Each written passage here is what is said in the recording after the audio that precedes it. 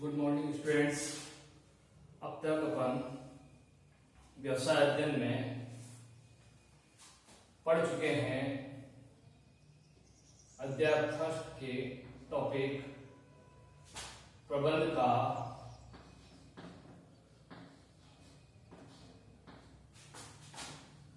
अर्थ,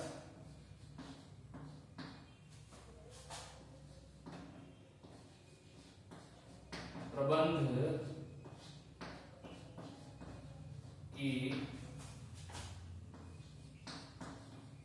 परिभाषा,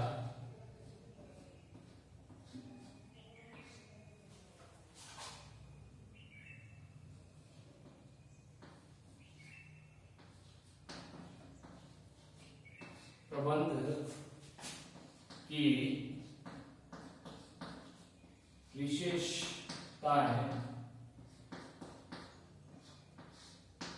एवं लक्ष्य और प्रबंध के उद्देश्य।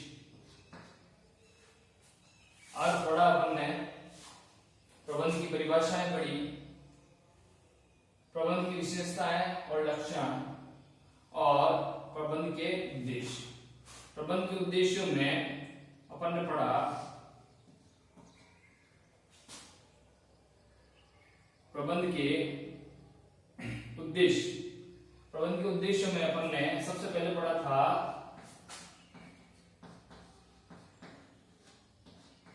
प्राथमिक उद्देश्य, दूसरे नंबर पर सहायक उद्देश्य, थर्ड नंबर पर व्यक्तिगत उद्देश्य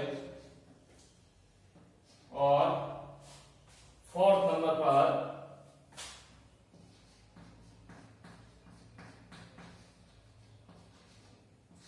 सामाजिक उद्देश्य। तो इस तरीके से अब तक अपन चार टॉपिक पर बात कर चुके हैं। प्रबंध का अर्थ, परिभाषाएं, विशेषता, लक्षण और उद्देश्य। उद्देश्यों में प्राथमिक उद्देश्य, सहायक उद्देश्य, व्यक्तिगत उद्देश्य और सामाजिक उद्देश्य। आज बात करते हैं अपन प्रबंध के महत्व की। प्रबंध का महत्व, किसी संस्था के लिए प्रबंध क्यों जरूरी होता है, तो उसके बारे में अपन आज आगे पढ़ने जा रहे हैं। प्रबंध का, तो प्रबंध के महत्व के बारे में पढ़ रहे हैं अपन। प्रबंध का महत्व, आज किसी न किसी रूप में, किसी न किसी संस्था में प्रबंध की आवश्यकता है। बिना प्रबंध के कोई भी संस्था आगे नहीं बढ़ सकती, चाहे कोई भी संस्था हो। जैसा कि बताया था कि व्यापारिक संस्था हो या गैर व्यापारिक संस्था हो, बिना प्रबंध के वो आगे नहीं बढ़ सकती। तो ऐसी स्थिति में प्रबंध का महत्व इनके लिए और भी बढ़ जाता है। जैसा कि शुरुआत में बताया था कि प्रबंध सभ्यता काल से चला आ रहा है। तो प्रबंध ऐसी स्थिति में काफी पुराना है, जो सभ्यता काल से चला आ रहा है और आगे निरंतर उसमें विभिन्न प्रकार के परिवर्तन होते रहे। आधुनिक युग में प्रबंध काफी हद तक उसमें काफी परिवर्तन हो चुका है। तो ऐसी स्थिति में प्रबंध जो है वर्तमान में काफी जटिल हो चुका है। क्यों हो चुका है, उसके पीछे भी कारण है। पुराने समय में, अतीत में प्रबंध या व्यावसायिक संस्था इतनी बड़ी नहीं थी, तो ऐसी स्थिति में उनका प्रबंध करना इतना जटिल नहीं हो पाता था। लेकिन आज के दौर में आधुनिक व्यावसायिक संस्थाएं जो है वो काफी विस्तृत, बृहत है, बड़े बड़े आकार की। तो ऐसी स्थिति में उनमें प्रबंध कार्य निष्पादन करना क्या हो गया है, काफी जटिल हो गया है। तो इन जटिलताओं से निपटने के लिए प्रबंध सही तरीके से करना बहुत जरूरी है। इसलिए वर्तमान में प्रबंध का महत्व और भी व्यावसायिक संस्थाओं के लिए बढ़ जाता है। आधुनिक युग में नई नई तकनीकें आ चुकी है और उन नई नई तकनीकों के माध्यम से प्रबंध को और भी सरल बनाया जा सकता है। जैसा कि आपको पता है कि अतीत की तुलना में वर्तमान स्वरूप क्या है, प्रबंध का काफी बड़ा है। तो अतीत में प्रबंध का जो स्वरूप था वो काफी छोटा था आधुनिक की तुलना में। तो अब जैसे जैसे उसमें बड़ी बड़ी संस्थाओं में निष्पादन कार्य बढ़ने लगे हैं, वैसे वैसे प्रबंधकीय जटिलताएं भी काफी सारी बढ़ने लगी है। साथ ही दूसरा तथ्य देखा जाए तो दूसरे तथ्य में आपको बताया गया है कि 1990 के दशक तक भारत वैश्विक मंदी के दौर से गुजरने लगा था। तो ऐसी स्थिति में वहां उदारीकरण की व्यवस्था को अपनाया गया, जिससे कि भारत के व्यावसायिक क्षेत्रों में सुधार ला सके या भारत की आर्थिक स्थिति को सुधारा जा सके। तो 1990 आर्थिक उदारीकरण का दौर था और उस दौर में काफी प्रयास किया गया कि भारत की आर्थिक स्थिति सुधर जाए। तो वो बिना प्रबंध के मुमकिन नहीं था। तो ऐसी स्थिति में अपन तुलनाएं कर लेते हैं उदारीकरण से पूर्व की स्थिति के बारे में और उदारीकरण के पश्चात की स्थिति के बारे में। तुलना करने पर हमें ज्ञात हो जाएगा कि उदारीकरण से पहले क्या स्थिति थी और उदारीकरण के पश्चात अब क्या स्थिति है। तो ऐसी स्थिति में उनकी जानकारी अपन प्राप्त कर लेते हैं। जैसे घटक, तो अपन देखते हैं उदारीकरण से पूर्व और उदारीकरण के पश्चात प्रबंध में क्या परिवर्तन आया, तो उस परिवर्तन के बारे में देखते हैं। फर्स्ट बात बताइए आपको घटक बाजार का स्वभाव। बाजार का जो स्वभाव था वो उदारीकरण से पूर्व कैसा था और उदारीकरण से पश्चात कैसा था, तो वो चीज देख लेते हैं। विक्रेता बाजार उदारीकरण से पूर्व बाजार की स्थिति कैसी थी, विक्रेता बाजार था। विक्रेता जो चाहता उसके अनुसार वो कार्य करता है, क्रेता का इसमें कोई रोल नहीं होता। तो विक्रेता बाजार था, विक्रेता अपनी इच्छा के अनुसार बेचता और विभिन्न प्रकार की क्रियाएं संपन्न करता। वहीं उदारीकरण के पश्चात की बात करें तो क्रेता बाजार पर जोर दिया गया और उनकी व्यवस्था परिवर्तित होकर क्या हो गई, क्रेता बाजार। भाई क्रेता पर ज्यादा जोर दिया जाने लगा कि भाई जो है जो क्रेता जैसा चाहेगा वैसा कार्य व्यवसाय करके उसे दे। तो कहने का तात्पर्य क्या है, उदारीकरण से पूर्व स्थिति जो थी उसमें कहा जाए तो विक्रेता बाजार का राजा था, लेकिन उदारीकरण के पश्चात की जो स्थिति रही उसमें क्रेता बाजार का राजा हो गया और क्रेता के अनुसार और क्रेता की सुविधाओं के अनुसार ही वस्तुओं और सेवाओं का निर्माण किया जाने लगा। दूसरा पॉइंट आता है आपके प्रतिस्पर्धा का स्वरूप। प्रतिस्पर्धा का स्वरूप कैसा था उदारीकरण से पूर्व स्थिति में और उदारीकरण के पश्चात की स्थिति में। तो उदारीकरण के पूर्व की स्थिति में एकाधिकार और सीमित प्रतिस्पर्धा, एकाधिकार और प्रतिस्पर्धा की स्थिति सीमित थी। एकाधिकार जो आगे बढ़ गए वो आगे बढ़ गए, उन्होंने पूरे बाजार पर अपना आधिपत्य स्थापित कर दिया।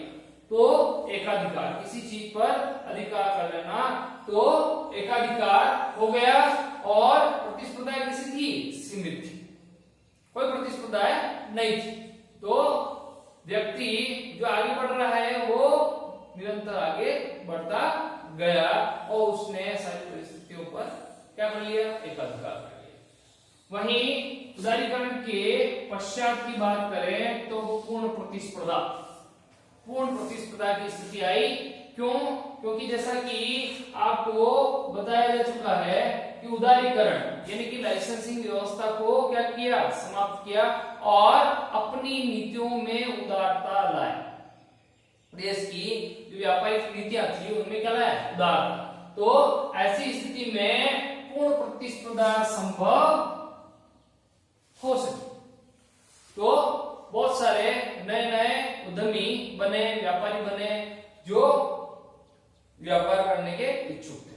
तो इस तरीके से प्रतिस्पर्धा क्या हो गई, बढ़ गई और एकाधिकार की स्थिति समाप्त सी होने लगी।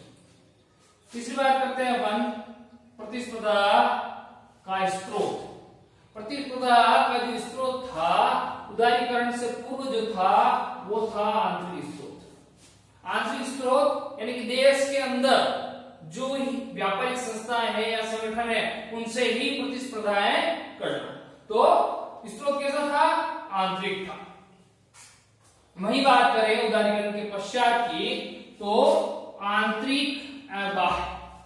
भाई आंतरिक तो था ही, तो देश के भीतर जो संस्थाएं हैं उनसे प्रतिस्पर्धा करनी है अपने को, लेकिन उसके बाद देश के बाहर जो उपक्रम है, जो संस्था है, उनसे भी क्या करनी थी, प्रतिस्पर्धाएं करनी थी। तो यहाँ प्रतिस्पर्धा का स्रोत बदलकर उदारीकरण के पश्चात आंतरिक और बाह्य दोनों हो गए। प्रतिस्पर्धा का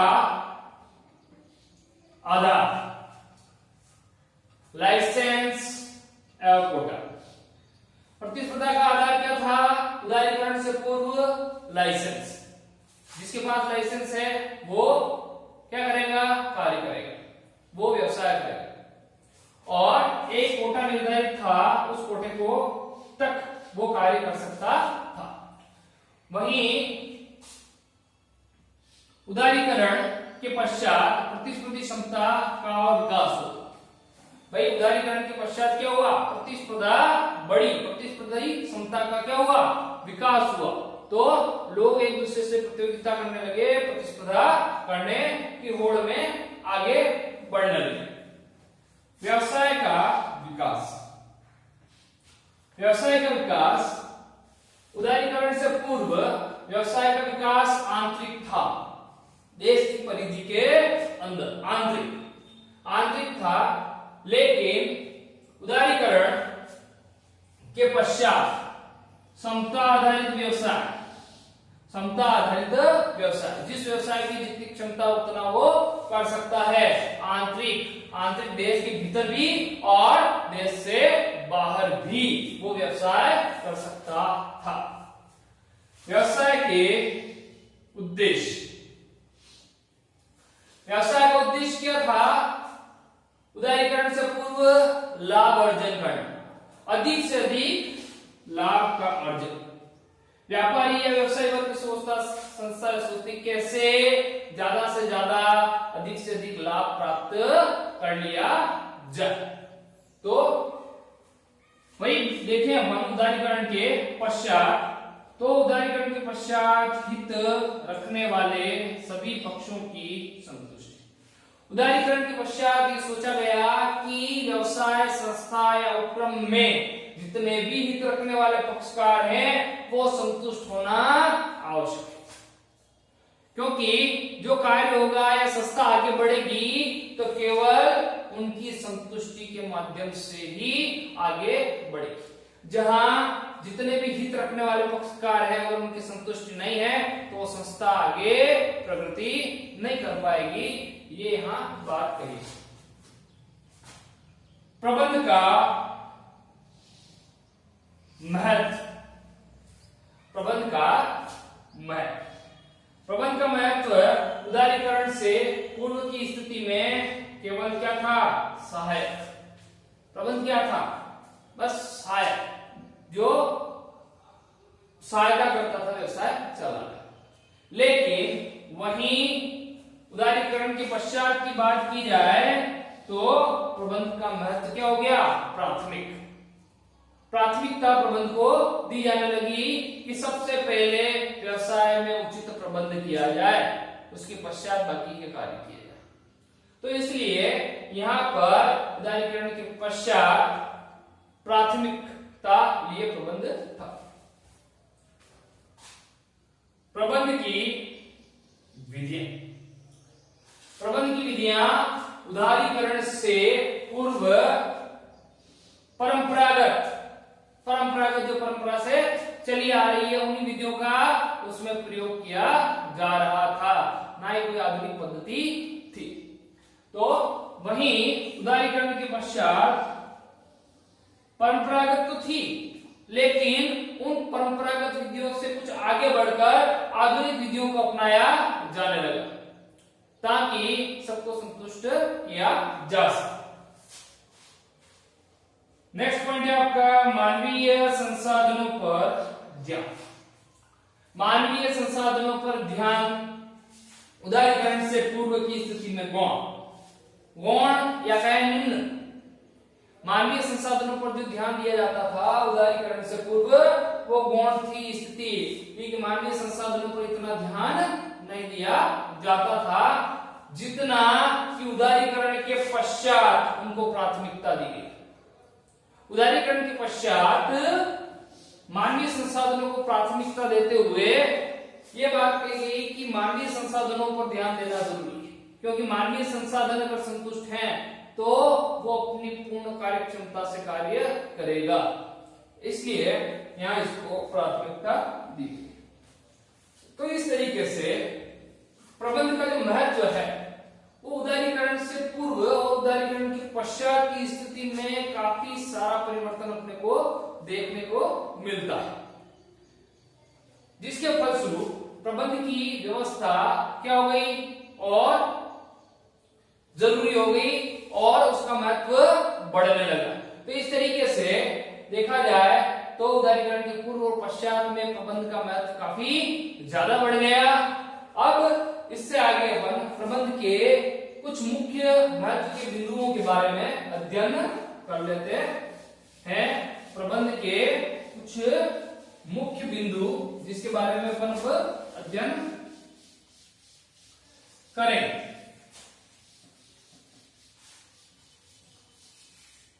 जैसा कि आपको बता दिया गया है कि किसी भी संस्था के लिए प्रबंध बहुत जरूरी हो जाता है, इसलिए अब प्रबंध के बिंदुओं का अपन अध्ययन करेंगे।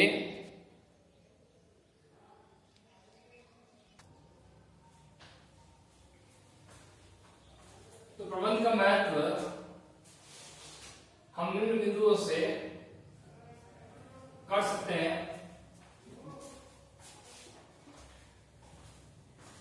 हर बिंदु आता है आपका प्रतिस्पर्धा का सामना करना। तो प्रबंध और भी जब बढ़ जाता है किसी व्यावसायिक संस्था के लिए प्रबंध का महत्व और भी ज्यादा हो जाता है जब उसे प्रतिस्पर्धा का सामना करना। अगर उसे आगे बढ़ना है और ऐसी स्थिति में आगे बढ़ने के लिए प्रबंध की व्यवस्था का होना जरूरी है।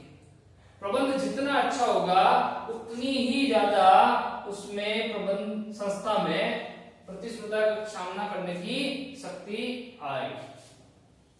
वहीं अगले पॉइंट के बारे में बात करें, संसाधनों का विकास।